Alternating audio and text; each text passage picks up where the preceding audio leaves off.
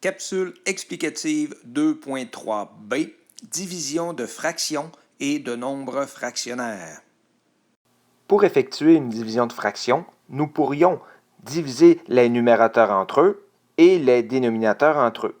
Mais tu vois que dans cette deuxième occasion, 7 divisé par 3 me donnerait un nombre décimal. Et c'est souvent le cas. Donc, pour pouvoir effectuer simplement la division sans avoir de nombre décimal, nous allons transformer le signe de division en multiplication.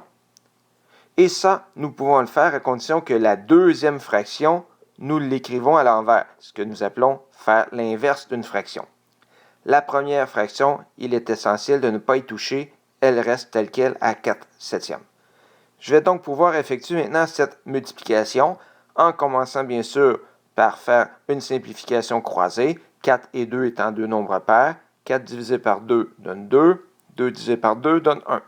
Je peux maintenant faire la multiplication, 2 fois 3, 6, et 7 fois 1, 7.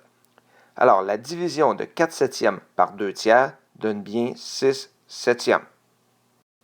Pour effectuer la division de nombres fractionnaires, c'est la même chose que lors des autres opérations. Nous devons débuter par transformer les nombres fractionnaires en fractions.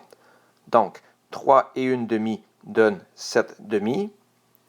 2 et 1 tiers donnent 7 tiers.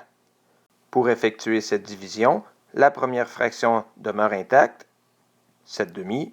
Je change la division pour une multiplication et j'inverse la seconde fraction. 7 tiers devient 3 septièmes. Alors, par simplification croisée, nous voyons que les deux 7 s'annulent, 1 et 1. Et maintenant, je peux faire ma multiplication, 1 fois 3 et 2 fois 1.